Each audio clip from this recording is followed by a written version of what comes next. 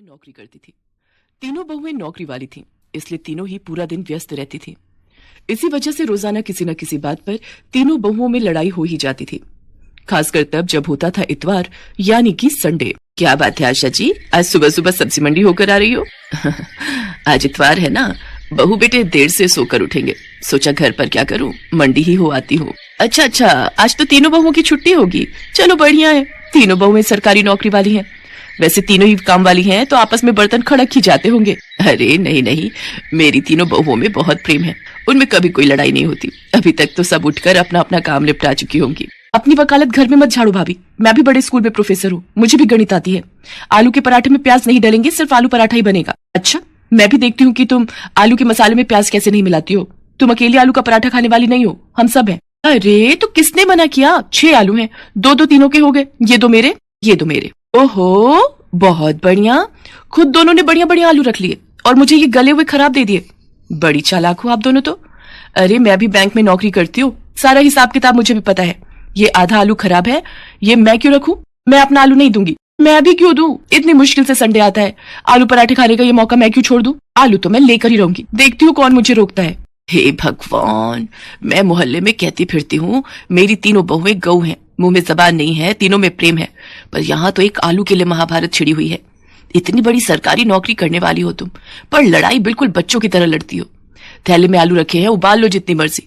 पता नहीं मेरे इस दुनिया से जाने के बाद। आशा के इतना कहते ही तीनों बहुएं उसके मुंह पर हाथ रख देती हैं। माँ जी आज कह दिया, आगे से ना कहना। सॉरी माँ जी, आप ऐसी बातें मत करो, आपके बिना हम तीनों अधूरी हैं माँ जी, आगे से ऐसी बातें मुंह से मत निकालना। फिर क्यों लड़ती हो तुम तीनों? देखो, जिस घर में प्यार होता है वहाँ भगवान का वास होता है, इसलिए आपस में प्रेम से रहा करो। आशा देवी अपनी तीनों बहुओं को ऐसी ही प्रेम भरी सीख देती रहती थी। उसके बाद तीनों बहुएं मिलकर एक साथ नाश्ता बनाती हैं। रोजाना की तरह वही खट्टी मीठी नोकझोंक के बीच आशा देवी की बदौलत तीनों बहुओं में आपसी प्यार बना हुआ था। आशा देवी की ननद मनोरमा कुछ दिनों के लिए रहने आ जाती है। मनोरमा स्वभाव से चुगलखोर और झगड़ालू है, पर क्या करे, है तो आशा देवी की ननद ही ना। आशा भाभी कहाँ हो? मैं तो कब की बाल धोकर बैठी हूँ, तुम्हारी बहुएं कहाँ हैं? मुझे चाय नाश्ता कौन सी बहू देगी?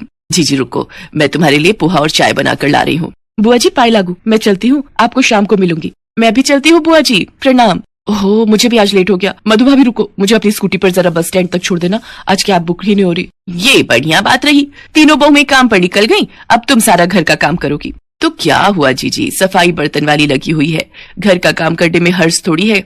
तुम तो ऐसे ही चिंता करती हो, ये लो पोहा और चाय लो, बाकी सब चिंता छोड़ दो। मनोरमा की बुरी आदत चुगली करने की बात कहाँ आने वाली थी। जब आशा ने उसकी बात को अनदेखा कर दिया तो वो तीनों बहुओं को भड़काने लगी। अरे रमा बहू क्या कर रही हो, अंदर आ जाऊं?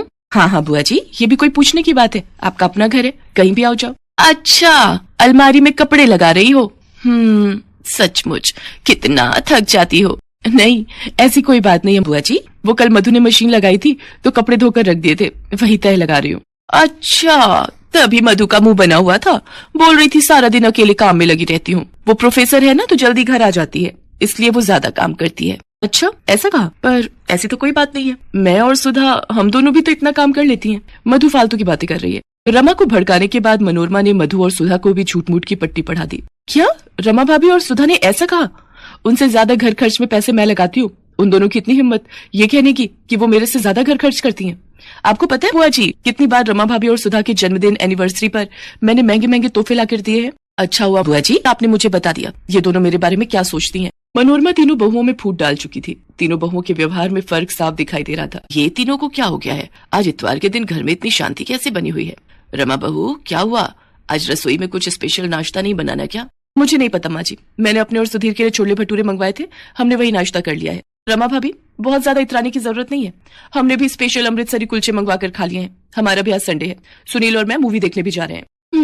मैंने भी जलेबी समोसे खाए हैं, खुद कमाती हूँ, किसी का दिया नहीं खा रही। मैंने और रवि ने हैवी नाश्ता किया है, बढ़िया, कितने दिनों बाद। ये हो क्या रहा है इस घर में, एक दूसरे से सीधे मुंह बात करने को तीनों तैयार ही नहीं है। जरूर कुछ गड़बड़ है, नहीं तो ये तीनों मेरे से इस तरह बात नहीं करती। और ये मनोरमा जी कहाँ गई है, बड़ी देर से दिखाई नहीं दे रही, लगता है कमरे में होंगी, उनकी चाय वहीं दे आती हूँ। अरे मैंने भाभी की तीनों बहुओं में ऐसी फूट डाली है कि पूछो मत, बड़ा इतरा रही थी तीनों बहुओं को लेकर। ओह, इसका मतलब ननद जी ने मेरे घर में आग लगाई है, इनका पर्दाफाश मैं ही करूंगी। मनोरमा की आदत थी फोन पर हर बात अपनी बेटी को बताने की। आशा देवी ने एक दिन अपने मोबाइल का ऑडियो रिकॉर्डर ऑन करके मनोरमा के कमरे में रख दिया और जानबूझकर मनोरमा से बातों बातों में बात करने लगी। भाभी, तुम मुझे पहले कहती तो मैं बहुत पहले ही ये काम कर देती। अब तुम अपना दुख मुझसे कह रही हो कि तुम अपनी तीनों बहुओं से तंग आ चुकी हो, उनकी सेवा करके तुम थक जाती हो। चलो, अभी भी कुछ नहीं बिगड़ा है, तुम चिंता मत करो, मैं तुम्हारी तीनों बहुओं में फूट डाल चुकी हूँ। मनोरमा सारी सच्चाई बोल देती है कि कैसे उसने रमा, मधु और सुधा से एक दूसरे के लिए चुगली की थी। आशा तो यही चाहती थी कि सच्चाई